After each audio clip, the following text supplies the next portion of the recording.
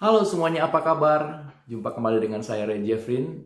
Kali ini topik kita adalah membaca not balok. Mengapa saya memilih topik ini? Karena mungkin di antara teman-teman masih ada yang belum bisa membaca not balok. Dan mudah-mudahan dengan sharing ini teman-teman jadi bisa belajar dan mulai bisa membaca, karena membaca not balok ini sangat penting untuk bisa mempelajari musik lebih baik, ya. Kita tahu bahwa notasi balok ini adalah bahasa yang universal. Kalau kita bicara tentang not angka, mungkin hanya diketahui oleh orang-orang di Indonesia. Mungkin jika kita pergi ke negara lain, mungkin mereka bingung apa itu not angka. Tapi mereka mengerti tentang not balok. Kalau kita bicara tentang sejarah not balok, tentu agak panjang ya, karena kita harus berbicara sejarah bagaimana notasi itu pertama kali diciptakan hingga sampai pada saat ini memiliki satu bentuk yang umum yang diketahui oleh seluruh pemusik, ya, pelaku musik. Oke, kita akan fokus kepada apa yang ada saat ini. Kita tahu bahwa di dalam notasi musik itu ditulis di dalam garis paranada atau disebut dengan staff, ya, dalam bahasa Inggrisnya itu ada 5 garis.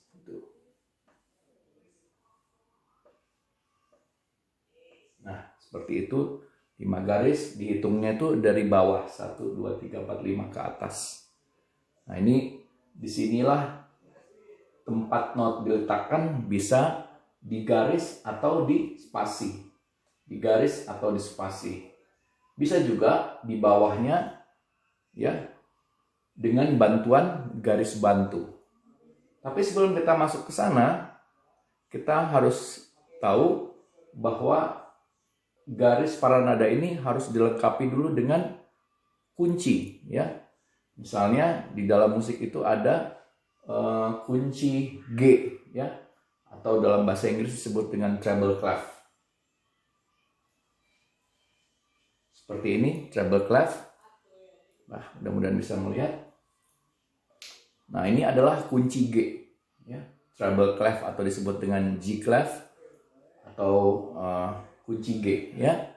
Nah, untuk kunci G ini seperti ini, kita perlu melihat di sini adalah letak nada G, ya. Nah, ini G, dia dimulai dari G, dibentuk seperti ini kunci G, ya. Nah, kita tahu bahwa urutan nada-nada, ya, ada berapa nada? Ada 7, ya. Kalau kita buat dari, katakanlah dari C, itu C, D, E, F, G, A, B, ya. Jadi setelah G itu adalah A. Nah, di sini A. Setelah A adalah B. Dan setelah B kembali lagi ke C. Sebelum G adalah F. Sebelum F adalah E. Sebelum E adalah D. Dan kita agak lebarkan sedikit, sorry tadi.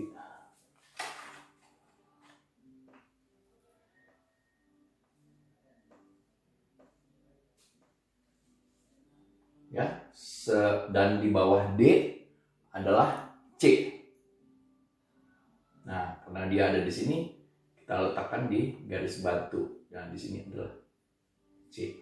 Kita lihat posisi nada itu di dalam kunci G seperti ini. Jadi kalau kita melihat nada, misalnya di garis ketiga, ini adalah nada B. Ini di spasi ketiga adalah nada C.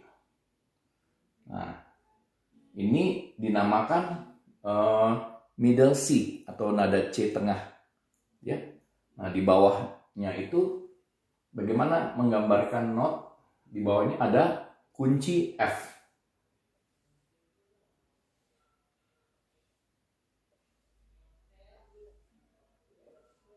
Nah, seperti ini dikatakan kunci F. Nah, ini adalah nada F.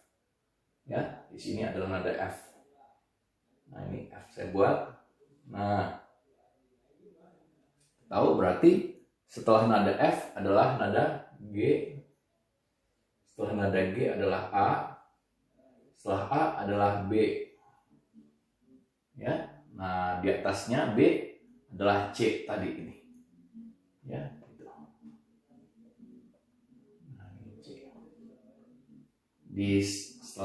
Sebelum F adalah E, sebelum E adalah D, sebelum C. Nah, kita lihat posisi C ya di tangga nada ini ada di sini, rendah, tengah, tinggi. Ya, bisa jadi lebih tinggi lagi.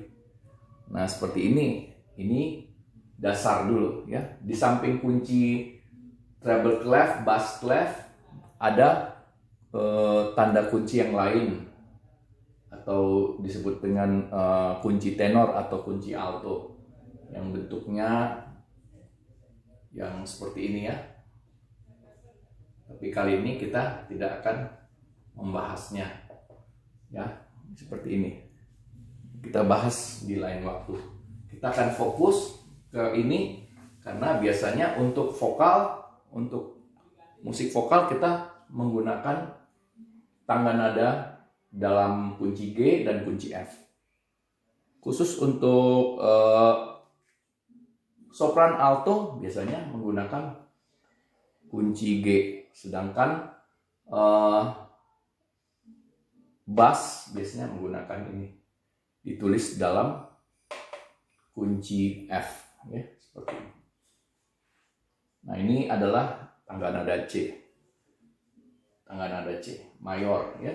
Nah, kita akan masuk bagaimana cara membaca ini. Nah, kita tahu bahwa yang pertama cara membaca not itu kita harus tahu interval. Ya. Nah, interval yang penting itu. Nah, sekarang interval dari C ke D itu jaraknya adalah 1. Ya. Tuh, dari C ke D jaraknya 1. Di dalam piano ya, di C ke D itu jaraknya 1. Do re biasanya dinyanyikan dengan do re ya. Nah, itu berarti ada not di antaranya ini ya. Do re ini ada not di antaranya ya. Misalnya not kromatis. Nanti kita bahas berikut. Nah, sudah dari D ke E itu juga jaraknya 1. D, E. Nah, sedangkan dari E ke F itu jaraknya setengah. E ke F jaraknya setengah. F ke G 1, G ke A 1, A ke B 1, dan B ke C itu setengah. B ke C itu setengah. Nah, kita lihat bahwa jarak dari sini ya. Nah, ini harus teman-teman harus ingat bahwa dari B ke C dan dari E ke F itu jaraknya setengah. Ya, setengah jaraknya. Tidak ada nada di antaranya. Ya. Sedangkan yang lain itu ada nadanya di antaranya. Ya. Misalnya, saya kasih contoh dari C ke D itu ada nada di antaranya adalah kalau dinaikkan setengah nada menjadi C sharp atau diturunkan setengah menjadi D flat. Ya. Lalu misalnya dari D ke E itu ada nada antaranya D sharp atau E flat. Dan dari F ke G itu nada diantaranya adalah F sharp atau G flat. Nah, dari G ke A itu ada nada G sharp atau A flat. Dan dari A ke B itu adalah nada A sharp atau B flat. Ya, jadi kalau kita hitung berapa jumlah nada semuanya di dalam musik, ada 12. Ya, jadi ini 7, ya, 7 ditambah 5 nada kromatis. Ini 2. Jadi ada 5 nada kromatis. Ya, jadi ini teman-teman yang belajar musik harus tahu jumlah nada. Nah, kalau di dalam musik itu misalnya nada ini, nada pokok C, D, E, F, G, A, B, C nah itu, atau biasanya kita nyanyikan Do, Re, Mi, Fa, Sol, La, Si, Do sampai Do lagi. Nah, kalau kita masukkan nada yang kromatis ini, maka ada nadanya Do, Di, Re, Ri, Mi, Fa, Fi, Sol, La, Le, Si, Do. Itu adalah tangga nada kromatis. Ya, jadi ini teman-teman harus menguasai dulu ketika melihat not ini, teman-teman tahu. Nah, ini kalau kita lihat ada tanda kromatis, ya, sharp atau crash dalam bahasa Indonesia, atau flat. Nah, itu artinya turun setengah, sedangkan ini adalah naik setengah nada. Berarti ini C naik setengah nada, ya, atau D turun setengah. Seperti itu, ya. Nah, kita bisa biasanya ini adalah tuts hitam. Ini adalah tuts hitam di dalam keyboard. Keyboard itu bisa kelihatan sekali ini tuts hitamnya, ya. Ini hanya sebutan nama nih. Kalau misalnya nada C sharp sama D flat bunyinya sama, ya. Hanya penyebutannya berbeda.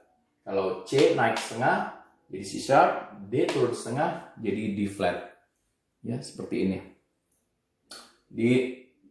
Mungkin pertamanya teman-teman harus bisa membiasakan diri mengenal tangga nada mayor ini dulu. Do, Re, Mi, Fa, Sol, La, Si, Do. Turun ke bawah. Do, Si, La, Sol, Fa, Mi, Re, Do. Hafalkan itu dulu. Dan nanti pelan-pelan kita akan lanjut mengenal interval, loncatan interval dari setiap nada. Demikian dulu pelajaran kita untuk sesi yang pertama mengenai belajar membaca not balok. Kita akan lanjutkan di pertemuan berikutnya. Selamat berlatih.